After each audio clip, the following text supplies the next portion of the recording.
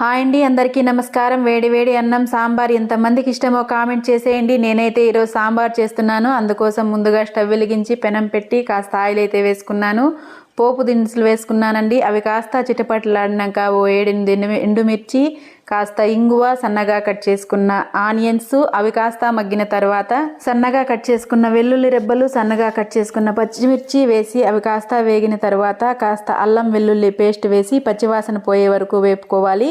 అందులోకే సన్నగా కట్ చేసుకున్న టమోటాలు 1 కప్పు, సొరకాయ ముక్కలు 1 కప్పు, కట్ చేసుకున్న వంకాయ ముక్కలు 1 కప్పు వేసుకుని ఓ 5 నిమిషాలు మగ్గించుకోవాలండి.